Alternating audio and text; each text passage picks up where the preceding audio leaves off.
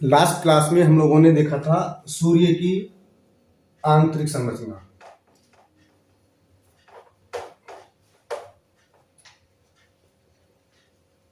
आंतरिक संरचना किसकी? सूर्य की आंतरिक संरचना देखी थी। आंतरिक संरचना का मतलब है कि उसके सूर्य अंदर से कैसा दिखता है। अंदर से मतलब जैसे ये बुक है, ठीक है, ये जो आपको दिख रहा है ये सब बाहर से है। इसका मतलब आंतरिक संरचना मतलब है कि इसके अंदर क्या है। जैसे अगर हम इसको खोल देते हैं तो इसके अंदर क्या है, अंदर जो कुछ है जो आपको बाहर से नहीं दिखता है उसे कहते हैं हम आंतरिक संरचना। तो इसके बारे में हम लोग देख चुके थे कि सूर्य की आंतरिक संरचना में क्या होता है। आंतरिक संरचना में आप लोगों ने देखा था कि हमने आपको सूर्य की तीन भाग दिखाए थे। इस तरह से चित्र बनाया होगा, इस तरह से तीन भाग दिखाए थे, ठीक है, जिसमें अंदर वाले भाग को इसको क्या कहते थे, हमने कोर कहा था। इसको कहा था रेडिएटिव जोन या विकिरण मंडल। इसको कहा था हमने संवहन मंडल या कन्वेक्टिंग जोन, ठीक है। तो कोर में क्या होता है, कोर में हीलियम का हाइड्रोजन में संलयन होता है। विकिरण मंडल में यहां से गामा, एक्स और फोटॉन ये किरणें निकलती हैं। फोटॉन इसको हम सूर्य का प्रकाश भी कहते हैं।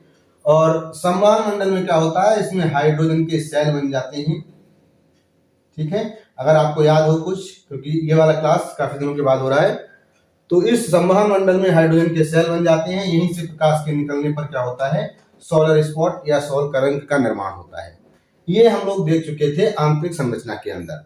तो यहीं से हम लोग आज से अपना अगला क्लास स्टार्ट करते हैं, आगे का टॉपिक स्टार्ट करते हैं। और आज हम देखते हैं सूर्य की बाहरी संरचना।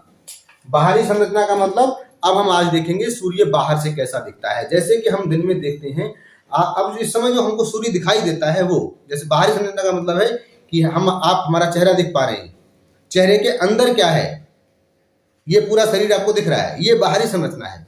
इसके अंदर बहुत सारी चीजें हैं, हृदय है, फेफड़े हैं, आंत है, ये सब क्या है, आंतरिक संरचना। तो अभी हम सूर्य का आंत, फेफड़े वगैरह सब देख चुके हैं, लेकिन अब हम देखेंगे सूर्य की बाहरी संरचना, सूर्य बाहर से कैसा दिखता है। जैसे कि हम बाहर से दिख रहे हैं, ये कैसा होता है। तो आइए देखते हैं। ये मान लीजिए सूर्य है, समझने का प्रयास कीजिएगा। ये सूर्य है, थोड़ा ध्यान से देखिएगा, मार्कर बंद हो चुका है, अगले क्लास में आपको सही दिखेगा। ये सूर्य है, ठीक है, ये वो सूर्य है जो कि हमको बाहर से दिखता है, ठीक। तो ये सूर्य है, इसका जो बीच वाला भाग है इसको कहते हैं हम फोटोस्फीयर।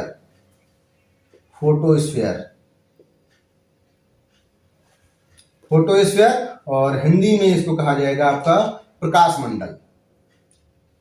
क्या कहेंगे, प्रकाश मंडल, ठीक है। प्रकाश मंडल, इसका तापमान जो होता है वो 6000 डिग्री सेंटीग्रेड होता है। प्रकाश मंडल का तापमान कितना होता है, 6000 डिग्री सेंटीग्रेड। याद रखिए, ये वो सूरज है जो कि हमको बाहर से दिखता है, जो कि हमको रेड दिखता है, ठीक है। इसके बाहर जो हल्की सी एक परत होती है, इसके बाहर वाली जो परत होती है इसको कहते हैं हम क्रोमोस्फीयर।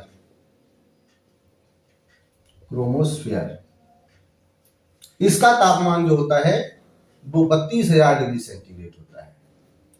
कितना होता है, 32000 डिग्री सेंटीग्रेड, ठीक। इसके बाहर जो तीसरी परत होती है सूर्य की, उसको ऐसे ये सबसे बाहरी परत होती है, इसे कहते हैं हम, ध्यान रखिएगा, सूर्य की जो आंतरिक संरचना थी उसमें भी 3 भाग थे, बाहरी संरचना है उसमें भी 3 भाग हैं। तो पहला भाग फोटोस्फीयर, जिसको प्रकाश मंडल, जिसका तापमान 6000 डिग्री सेंटीग्रेड। दूसरा क्रोमोस्फीयर, इसका तापमान 32000 डिग्री सेंटीग्रेड। और जो तीसरा भाग होता है इसे हम कहते हैं क्रीट या कोरोना। ये जो बीमारी चल रही है वो वाला कोरोना नहीं है, इसे कहते हैं कोरोना या क्रीट।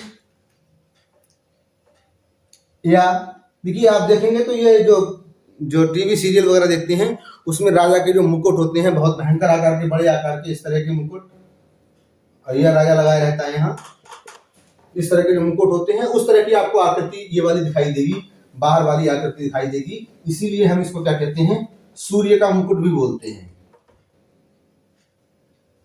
सूर्य का मुकुट। ठीक है, ये हो गया। ये जो होता है, जो सूर्य का मुकुट जो होता है, कोरोना यानी कि किरीट, ये आपको नहीं दिखाई देगा। ये सिर्फ ग्रहण के समय, जब सूर्य ग्रहण लगता है तब दिखाई देता है। वैसे आपको सिर्फ ये वाले भाग, फोटोस्फीयर और क्रोमोस्फीयर दिखाई देंगे। ये वाला भाग सिर्फ सूर्य ग्रहण के समय दिखाई देता है। अब सूर्य ग्रहण कैसे लगता है? सूर्य ग्रहण के समय क्या होता है, जो पृथ्वी होती है, पृथ्वी और सूर्य के बीच में, जैसे ये है सूर्य हमारा, मार्कर ही नहीं चल रहा है,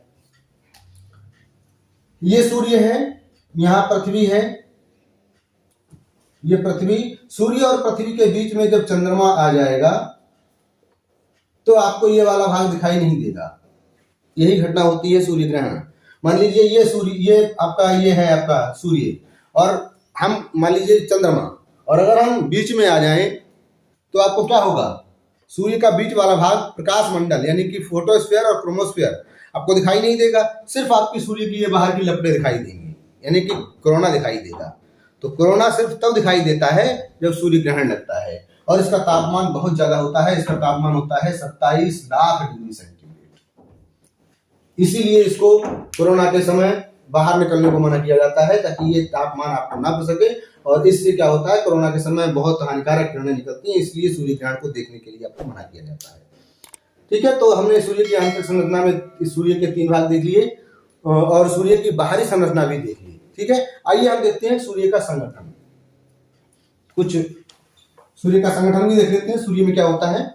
सूर्य में आप जानते हैं, हमने बताया था कि सूर्य की आंतरिक संरचना में जो उसका अंदर की जो सबसे भाग होता है उसे हम कोर कहते हैं। उसमें बताया था आपको हमने कि हीलियम का हाइड्रोजन में संलयन होता है, सॉरी गलत बोल दिए, हाइड्रोजन का हीलियम में संलयन होता है।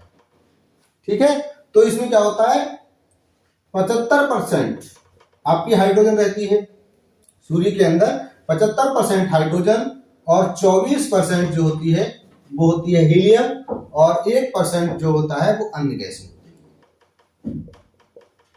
है। 1% में सूर्य में अन्य गैसें होती हैं। ये होता है सूर्य का संगठन। हाइड्रोजन का हीलियम में संलयन होता है, तो उसमें बताया तभी था कि जो होता है, जो हाइड्रोजन का हीलियम में संलयन होता है वो किस अवस्था में होता है, ईंधन जो होता है वो प्लाज्मा अवस्था में होता है। ठीक है, तो जो सूर्य का ईंधन है वो किस अवस्था में होता है, प्लाज्मा अवस्था में रहता है।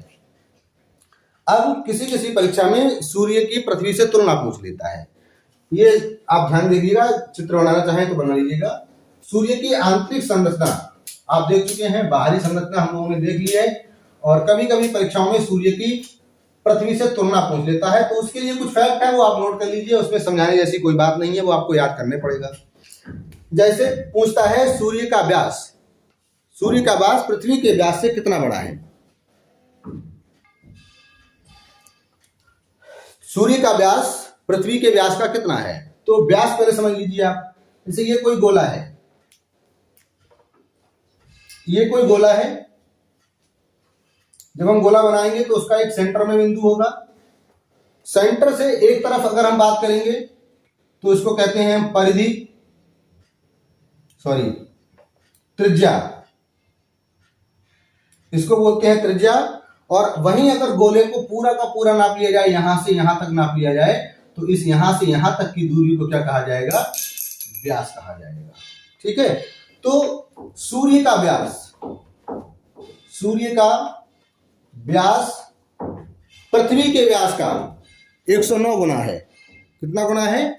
109 गुना। सूर्य का व्यास पृथ्वी से 109 गुना। समझ रहे हैं कि अगर पृथ्वी का व्यास 1 मान लिया जाए, ठीक है, तो सूर्य कितना बड़ा हो जाएगा? इस 109 गुना बड़ा। मान लीजिए कितना बड़ा हो जाएगा? सूर्य पृथ्वी से कितना बड़ा है? सूर्य का व्यास पृथ्वी के व्यास से 109 गुना बड़ा है। अब वही बात करें द्रव्यमान की या भार की।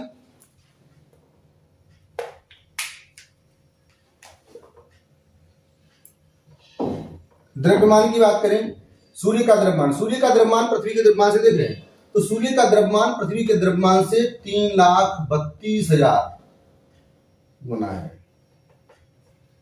गुना भाई आप ऐसे ही देख लीजिए कि पृथ्वी की त्रिज्या, अगर पृथ्वी का व्यास अगर हम 1 मानते हैं, तो उसका जो व्यास है 109 गुना हो जाता है। अब 109 गुना जब इसको बनाएंगे आप, ब्लैक बोर्ड पे नहीं आएगा, यहां से लेके जाएंगे आप तो ऐसे देखिए पूरा ब्लैक बोर्ड पे आएंगे, ब्लैक बोर्ड पे नहीं आ पाएगा।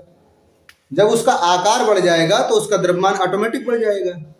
109 गुना है तो उस हिसाब से उसका आकार कितना बढ़ जाएगा, बहुत बड़ी पृथ्वी हो जाती है सूर्य से। सूर्य के मुकाबले पृथ्वी आप एक जो है चने का दाना समझिए। सूर्य आप अगर समझ बहुत बड़ा है तो पृथ्वी जो है उसके सामने एक चने का दाना है मात्र है बस। तो उसका जो द्रव्यमान है, सूर्य का द्रव्यमान पृथ्वी के द्रव्यमान से 3,32,000 गुना बड़ा है। घनत्व, गुरुत्वाकर्षण देखते हैं पहले। गुरुत्वाकर्षण या गुरुत्व, गुरुत्व कितना है? सूर्य का गुरुत्व पृथ्वी के गुरुत्व का 28 गुना है। कितना गुना? 28 गुना है। गुरुत्व का मतलब समझिए, आप जानते हैं कि पृथ्वी हर चीज को अपनी ओर आकर्षित करती है। कोई भी चीज अगर हम ऊपर फेंकेंगे तो वो कहाँ होगी? नीचे लौट आएगी।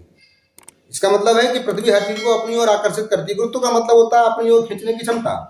अब जितनी तेजी से पृथ्वी किसी चीज को अपनी ओर आकर्षित करती है उससे 28 गुना ज्यादा, उससे 28 गुना ज्यादा तेजी से खींचेगा सूर्य अपनी ओर। तो ये सूर्य की जो गुरुत्व है वो 28 गुना है। अब घनत्व, घनत्व जो है वो 20 गुना है। भाई सूर्य जब बड़ा है तो हर चीज पृथ्वी से ज्यादा होगी उसके पास। घनत्व का मतलब होता है घना। पृथ्वी जितनी घनी है उससे 28 गुना 20 गुना ज्यादा घना है सूर्य। घूर्णन देखिए, घूर्णन, घूर्णन जैसे पृथ्वी घूमती है वैसे ही घूमता है, वेस्ट टू ईस्ट, पश्चिम से पूर्व की ओर। ठीक है, लेकिन पृथ्वी का समस्त भाग ठोस है और सूर्य का समस्त भाग तो ठोस है नहीं भाई। अभी आपने देखा था कि जो सूर्य में हाइड्रोजन हीलियम जो रहती हैं वो कैसी अवस्था में रहती हैं? प्लाज्मा अवस्था में। तो घूर्णन तो होता है पृथ्वी के समान, वेस्ट टू ईस्ट, लेकिन पृथ्वी का बीच वाला भाग अलग टाइम में घूमता है और बाहर वाला भाग अलग टाइम में घूमता है। ये जो बीच वाला भाग है वो अपना चक्कर 25 दिन में पूरा कर लेता है और बाहर वाला भाग अपना एक चक्कर 31 दिन में पूरा कर पाता है। ठीक है, ऐसा क्यों होता है? क्योंकि ये जो इस पर जो है प्लाज्मा है, और प्लाज्मा क्या होता है जब आगे जब बीच पहले वाला घूम जाता है, बीच वाला घूम जाता है, बीच वाला देखिए जल्दी घूम रहा है, बीच वाला जब घूम जाता है तो उसके बाद इसको पता लगता है कि भैया हमको घूमना है, तो आप बीच वाला भाग पहले घूम जाएगा और फिर ये देर से घूम पाता है। तो इसका बीच वाला भाग 25 दिन में और बाहर वाला भाग 31 दिन में अपना एक भाग पूरा कर पाता है। तो आज आपने क्या देखा? सूर्य की बाहरी संरचना देखा और कुछ जो सवाल जो इससे संबंधित पूछे जाते हैं उन सवालों को हमने डिस्कस किया था। आज की वीडियो में इतना ही रखेंगे, मिलेंगे अगले क्लास में, और अगले क्लास में संभवतः हम लोग ग्रहों को देखेंगे। सौरमंडल तो हो गया, सूर्य के बारे में हुआ है, अगले क्लास में हम लोग ग्रह के बारे में देखेंगे। ठीक है।